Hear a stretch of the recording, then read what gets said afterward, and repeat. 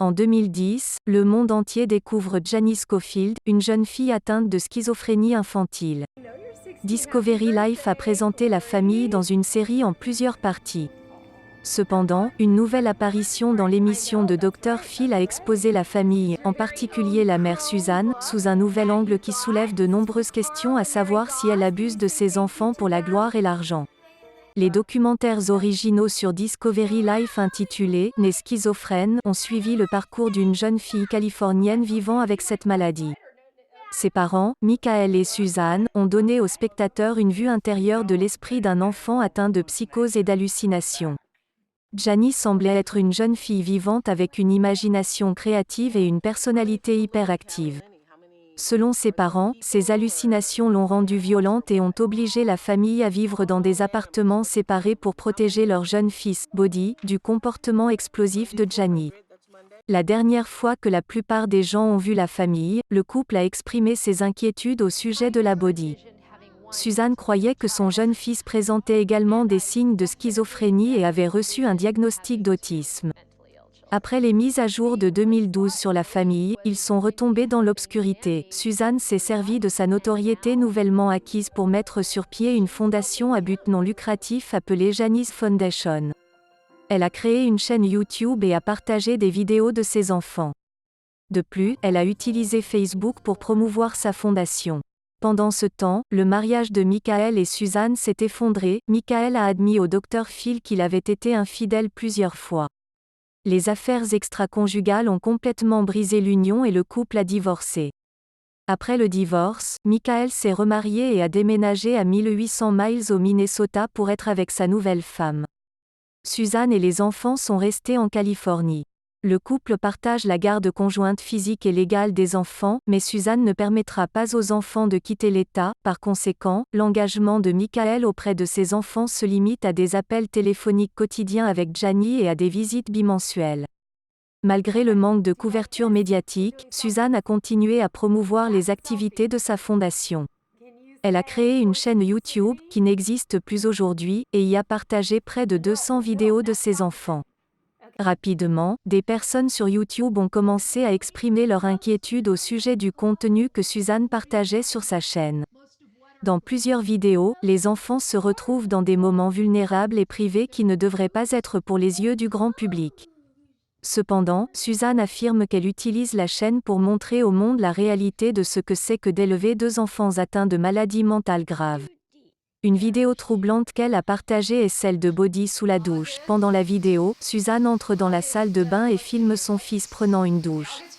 Elle l'acclame pour avoir fait quelque chose pour lui. Cependant, les téléspectateurs ont trouvé que le contenu de la vidéo constituait une atteinte à la vie privée. D'autres vidéos montrent les 2 enfants extrêmement médicamentés. Dans certaines vidéos, Bodhi est incapable de parler, bave et regarde vers le haut. Une de ces vidéos a été montrée au Dr. Phil. Suzanne aboie à Bodhi pour lui dire de quels médicaments il a besoin pour se sentir mieux. Cependant, Bodhi ne répond pas et semble être dans une crise passagère. Suzanne partage sur les médias sociaux tous les médicaments qu'elle fait prendre à Bodhi. Elle tente depuis des années de lui faire prendre un cocktail de stabilisateur de l'humeur et d'antipsychotiques.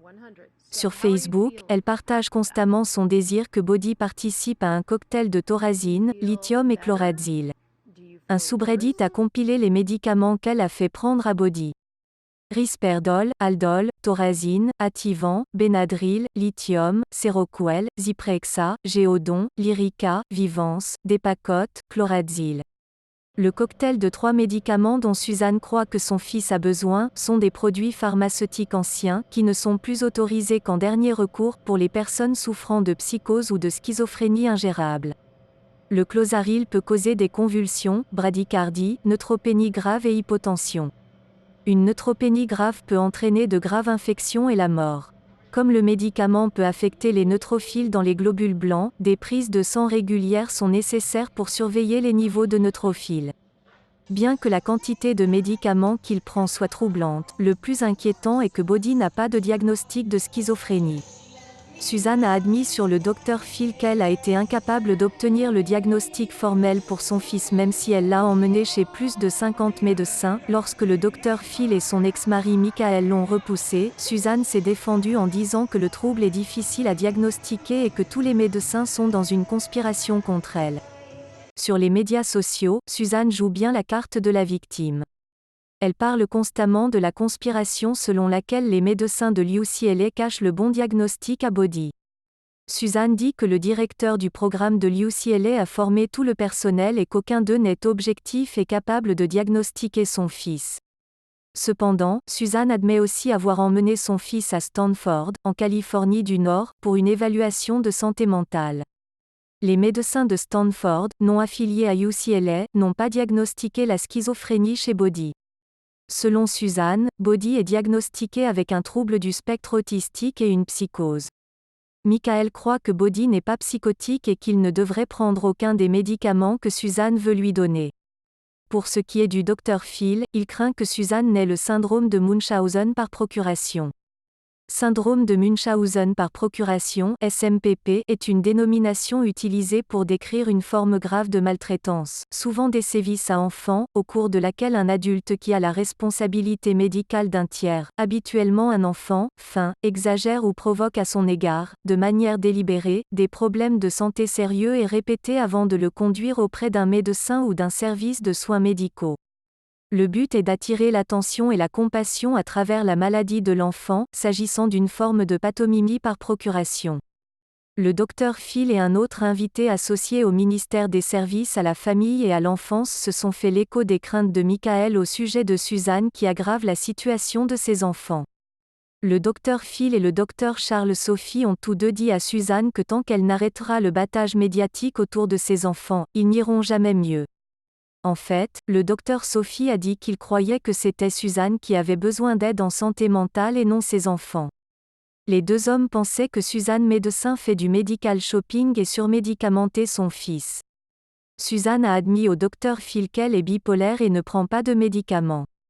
Le Dr Phil et un autre invité associé au ministère des Services à la famille et à l'enfance se sont fait l'écho des craintes de Michael au sujet de Suzanne qui aggrave la situation de ses enfants. Le Dr Phil et le Dr Charles Sophie ont tous deux dit à Suzanne que tant qu'elle n'arrêtera le battage médiatique autour de ses enfants, ils n'iront jamais mieux. En fait, le Dr Sophie a dit qu'il croyait que c'était Suzanne qui avait besoin d'aide en santé mentale et non ses enfants.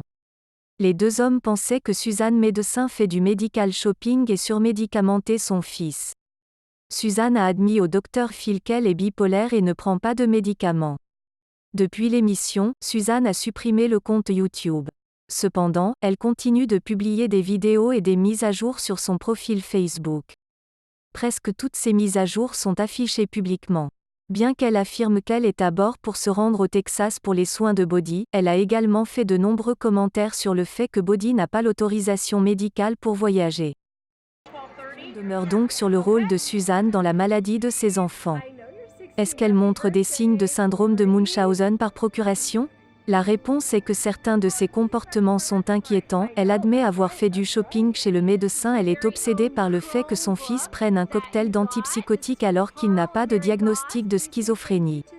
Ses enfants semblent lourdement médicamenteux dans les vidéos. Suzanne passe beaucoup de temps à afficher des vidéos en ligne, à partager ses urgences et à faire des recherches sur la maladie mentale. Michael dit que Suzanne profite directement du fait que ses enfants sont malades en raison d'un revenu d'invalidité qu'elle gagne par l'intermédiaire du gouvernement fédéral et de l'État. La seule façon de déterminer si un enfant souffre de la PBM est de le soustraire aux soins de ses parents.